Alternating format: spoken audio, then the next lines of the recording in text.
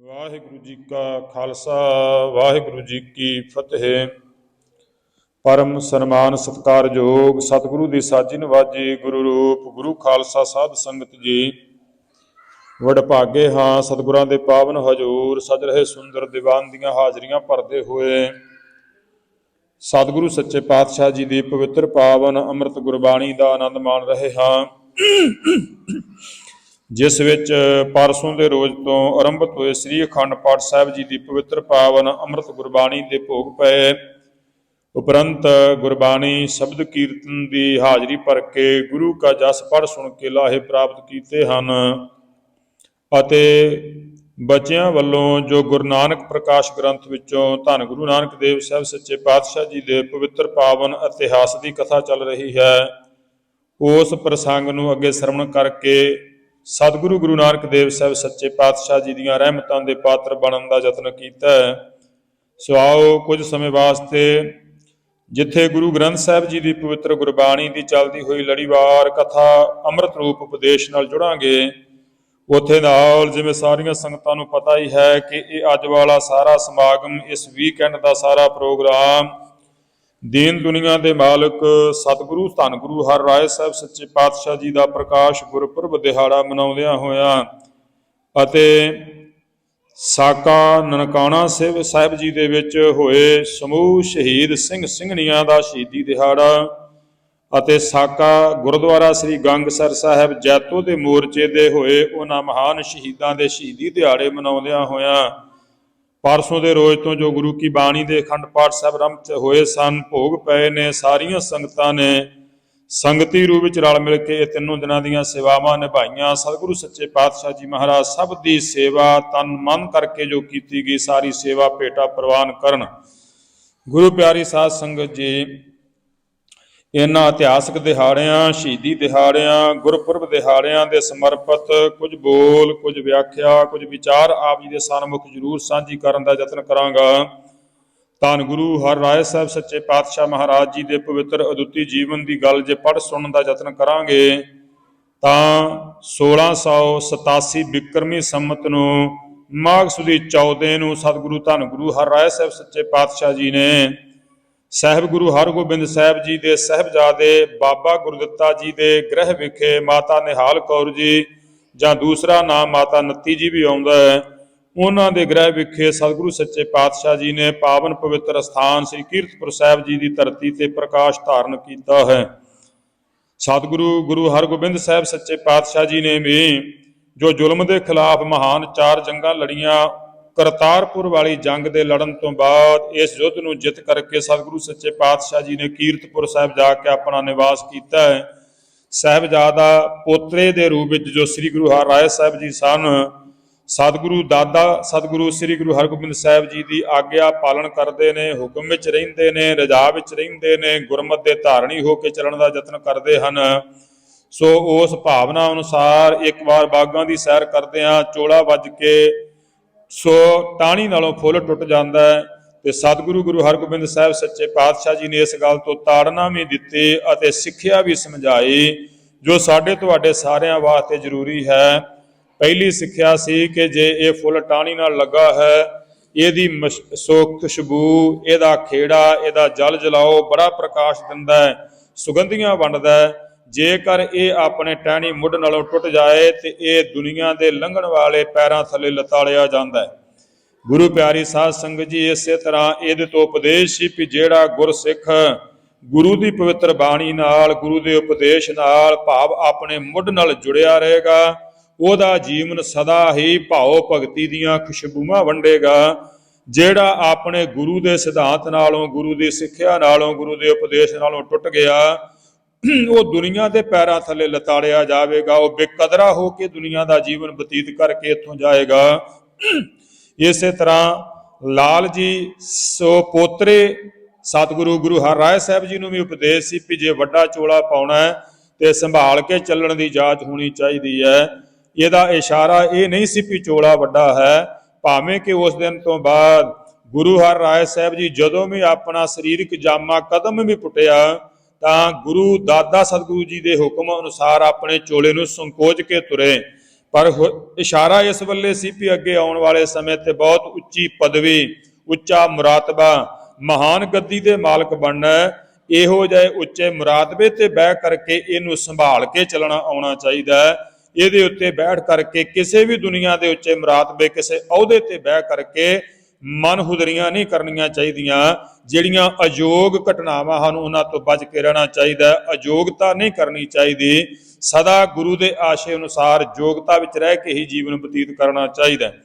ਸੋ 1695 ਬਿਕਰਮੀ ਸੰਮਤ ਨੂੰ ਧੰਨ ਗੁਰੂ ਹਰਗੋਬਿੰਦ ਸਾਹਿਬ ਸੱਚੇ ਪਾਤਸ਼ਾਹ ਜੀ ਨੇ ਆਪਣੇ ਜੋਤੀ ਜੋਤ ਸਮਾਉਣ ਤੋਂ ਕੁਝ ਸਮਾਂ ਪਹਿਲਾਂ ਇੱਥੇ ਹੀ ਕੀਰਤਪੁਰ ਸਾਹਿਬ ਦੀ ਧਰਤੀ ਤੇ ਆਪਣੇ ਤੋਂ ਅੱਗੇ ਗੁਰੂ ਨਾਨਕ ਦੇਵ ਸਾਹਿਬ ਜੀ ਦੀ ਗੱਦੀ ਦੇ 7ਵੇਂ ਥਾਂ ਸ੍ਰੀ ਗੁਰੂ ਹਰਿਰਾਏ ਸਾਹਿਬ, ਜੋ ਕਿ ਰਿਸ਼ਤੇ ਵਿੱਚੋਂ ਗੁਰੂ ਹਰਗੋਬਿੰਦ ਸਾਹਿਬ ਜੀ ਦੇ ਪੋਤਰਾ ਬਣਦੇ ਨੇ, ਉਹਨਾਂ ਨੂੰ ਇਸ ਗੁਰਿਆਈ ਤਖਤ ਤੇ ਨਿਵਾਜ ਕਰਕੇ ਸਥਾਪਿਤ ਕੀਤਾ। ਗੁਰੂ ਹਰਗੋਬਿੰਦ ਸਾਹਿਬ ਜੀ ਕੁਝ ਸਮਾਂ ਬਾਅਦ ਆਪ ਜੋਤੀ ਜੋਤ ਸਮਾ ਗਏ। ਗੁਰੂ ਹਰਿਰਾਏ ਸਾਹਿਬ ਸੱਚੇ ਪਾਤਸ਼ਾਹ ਜੀ ਨੇ ਇਵੇਂ ਗੁਰਿਆਈ ਤਖਤ ਸੰਭਾਲ ਕਰਕੇ ਮਹਾਨ ਸੇਵਾਵਾਂ ਕੀਤੀਆਂ। ਕੀਰਤਪੁਰ ਸਾਹਿਬ ਦੇ ਵਿੱਚ ਬਾਗ ਬਗੀਚੇ ਲਾਏ, ਕੁਦਰਤ ਦੀਆਂ ਸੇਵਾਵਾਂ ਕੀਤੀਆਂ, ਵੈਦਖਾਨੇ ਆਦਿਕ ਜਿਹੜੇ ਦਵਾਖਾਨੇ ਆਦਿਕ ਸਨ ਉਹ ਖੋਲੇ।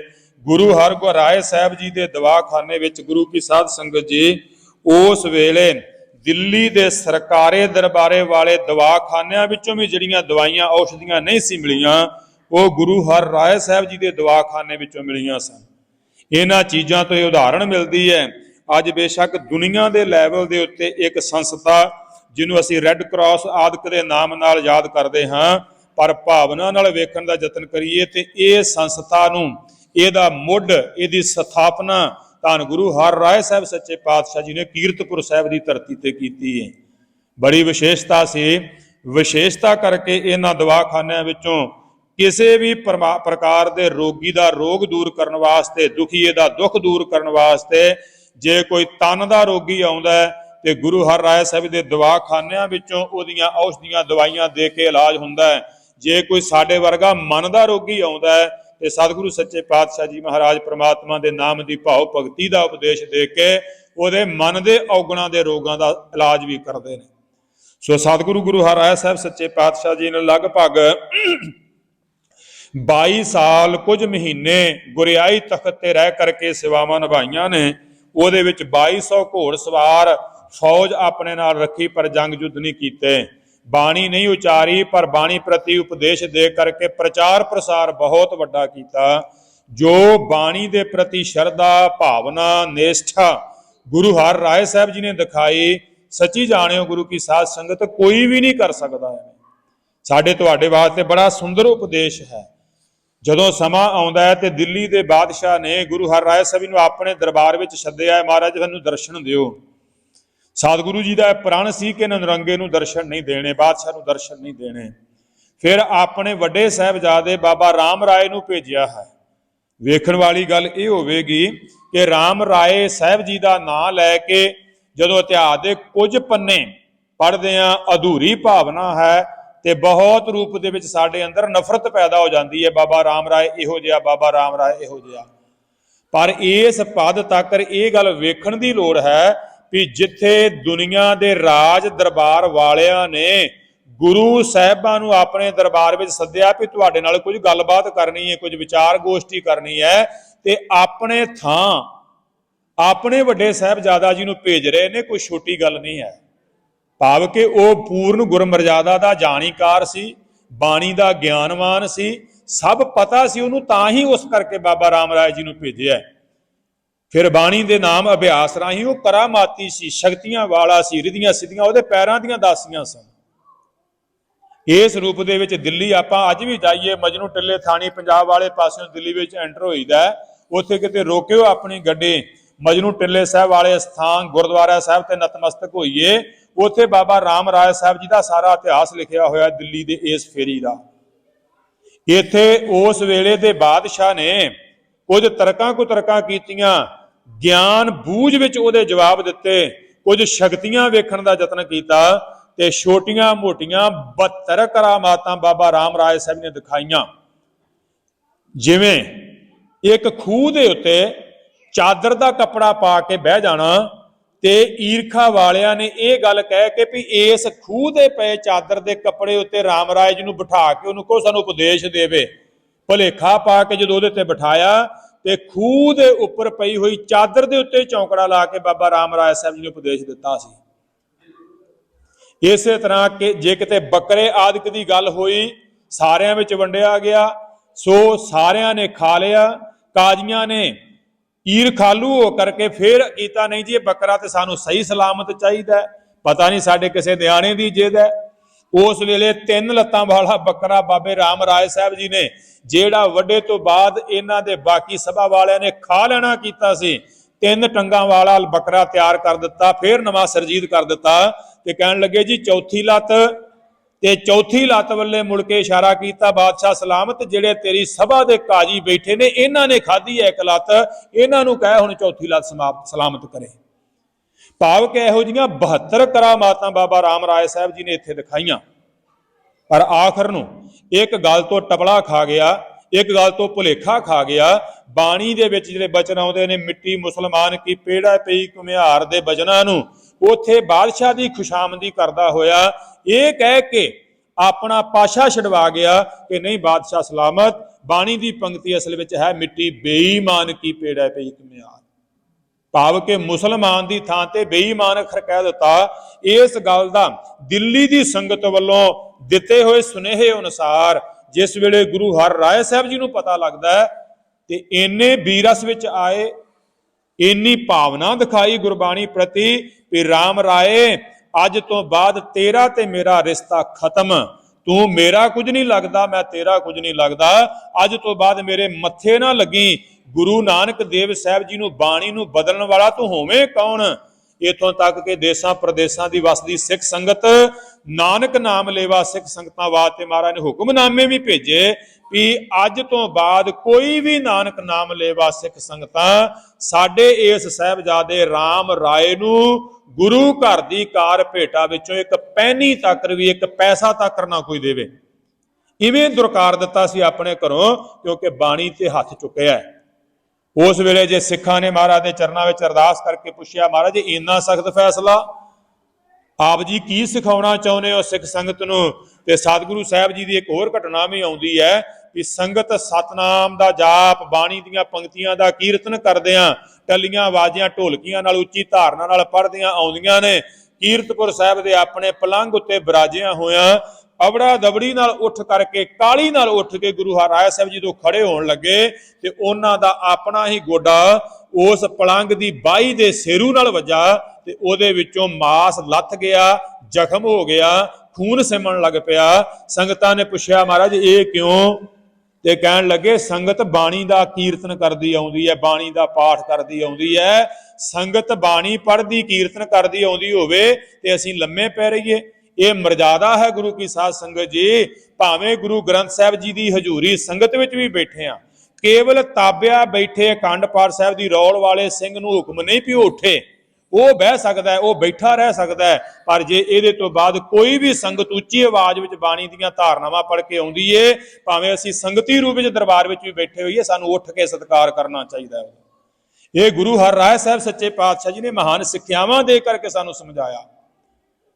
ਇਸ ਪ੍ਰਕਾਰ ਜੇ ਕਾਲੇ ਵਰਗਿਆਂ ਨੇ ਆਪਣੀ ਗਰੀਬੀ ਦਾ ਸਤਿਗੁਰੂ ਸੱਚੇ ਪਾਤਸ਼ਾਹ ਦੇ ਚਰਨਾਂ 'ਚ ਤਰਲਾ ਲਿਆ ਤੇ ਉਹਦੇ ਭਤੀਜਿਆਂ ਨੂੰ ਰਿਆਸਤਾਂ ਬਖਸ਼ੀਆਂ, ਉਹਦੇ ਬੱਚਿਆਂ ਨੂੰ ਸਤਿਗੁਰੂ ਸੱਚੇ ਪਾਤਸ਼ਾਹ ਨੇ ਬਾਦਸ਼ਾਹੀਆਂ ਬਖਸ਼ੀਆਂ ਵੀ ਇਹ ਕਦੇ ਕਿਸੇ ਦੇ ਅੱਗੇ ਅਧੀਨਗੀ ਨਹੀਂ ਝੱਲਣਗੇ, ਇਹ ਕਦੇ ਕਿਸੇ ਦੇ ਵਸੂਲੀਏ ਨਹੀਂ ਭਰਨਗੇ, ਇਹ ਰਾਜ ਗੱਦੀਆਂ ਦੇ ਮਾਲਕ ਹੋਣਗੇ ਕਾਲਿਆ।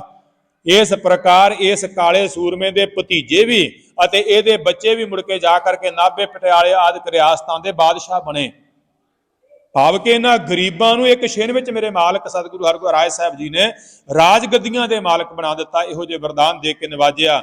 ਬਾਣੀ ਦੇ ਪ੍ਰਤੀ ਜੇਕਰ ਸਿੱਖਾਂ ਨੇ ਪੁੱਛਿਆ, ਮਹਾਰਾਜ ਜੀ ਕੀ ਕਹਿਣਾ ਚਾਹੁੰਦੇ ਹੋ, ਤੇ ਸਤਿਗੁਰਾਂ ਨੇ ਆਪਣੇ ਮੁਖਾਰਬਿੰਦ ਤੋਂ ਜੋ ਬਚਨ ਕਹੇ ਉਹ ਇਤਿਹਾਸ ਦੇ ਬਚਨਾਂ ਅਨੁਸਾਰ ਅੰਕਿਤ ਨੇ ਕਿ ਜਿਨ ਭੈ ਅਦਬ ਨਾ ਬਾਣੀ ਧਾਰਾ, ਜਾਣੋ ਸੋ ਸਿੱਖ ਨਹੀਂ ਹਮਾਰਾ। ਜਿਹੜੇ ਸਿੱਖ ਦੇ ਅੰਦਰ ਗੁਰਬਾਣੀ ਦੇ ਪ੍ਰਤੀ ਨਾ ਭੈ ਤੇ ਨਾ ਅਦਬ, 2 ਅੱਖਰ ਵਰਤੇ ਨੇ। ਭੈ ਅਰਥ ਵੀ ਹੋਣਾ ਚਾਹੀਦਾ ਹੈ ਤੇ ਅਦਬ ਅੱਖਰ ਵੀ ਹੋਣਾ ਚਾਹੀਦਾ।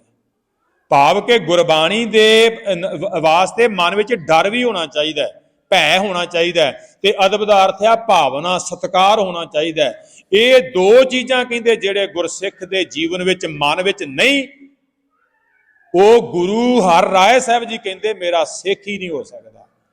ਅਰਥਾਤ ਉਹ ਗੁਰੂ ਨਾਨਕ ਦੇਵ ਸਾਹਿਬ ਦਾ ਸਿੱਖ ਹੀ ਨਹੀਂ ਹੋ ਸਕਦਾ ਜਿਹੜਾ ਗੁਰਬਾਣੀ ਪ੍ਰਤੀ ਭੈ ਤੇ ਭਾਵਨਾ ਨਹੀਂ ਰੱਖਦਾ। ਐਸੇ ਰੂਪ ਦੇ ਵਿੱਚ ਸਤਿਗੁਰੂ ਸੱਚੇ ਪਾਤਸ਼ਾਹ ਜੀ ਨੇ ਜਿਵੇਂ ਪਹਿਲੋਂ ਬੇਨਤੀ ਕੀਤੀ ਹੈ ਵੀ 22 ਸਾਲ ਕੁਝ ਮਹੀਨੇ ਗੁਰਿਆਈ ਕਰਕੇ ਮਹਾਨ ਪਰਉਪਕਾਰ ਕੀਤੇ। ਆਖਰ ਨੂੰ 1718 ਬਿਕਰਮੀ ਸੰਮਤ ਨੂੰ ਆਪਣੇ ਤੋਂ ਅੱਗੇ ਆਪਣੇ ਵੱਡੇ ਪੁੱਤ ਰਾਮ ਰਾਏ ਨੂੰ ਤੇ ਤਿਆਗ ਗਏ ਹਨ। ਉਹਨਾਂ ਤੋਂ ਛੋਟੇ ਭਰਾ ਭਾਵ ਕਿ ਛੋਟੇ ਸਾਹਿਬਜ਼ਾਦੇ ਧੰਨ ਗੁਰੂ ਹਰਕ੍ਰਿਸ਼ਨ ਸਾਹਿਬ ਸੱਚੇ ਪਾਤਸ਼ਾਹ ਨੂੰ ਗੁਰਿਆਈ ਤਖਤ ਦੇ ਕੇ ਆਪ 1718 ਬਿਕਰਮੀ ਵਿੱਚ ਜੋਤੀ ਜੋਤ ਸਮਾ ਗਏ। ਇਸ ਪ੍ਰਕਾਰ ਧੰਨ ਗੁਰੂ ਹਰਿ ਰਾਏ ਸਾਹਿਬ ਸੱਚੇ ਪਾਤਸ਼ਾਹ ਜੀ ਦਾ ਮਹਾਨ ਪਵਿੱਤਰ ਪ੍ਰਕਾਸ਼ ਦਿਹਾੜਾ ਗੁਰਪੁਰਬ ਲੰਘਿਆ ਹੈ।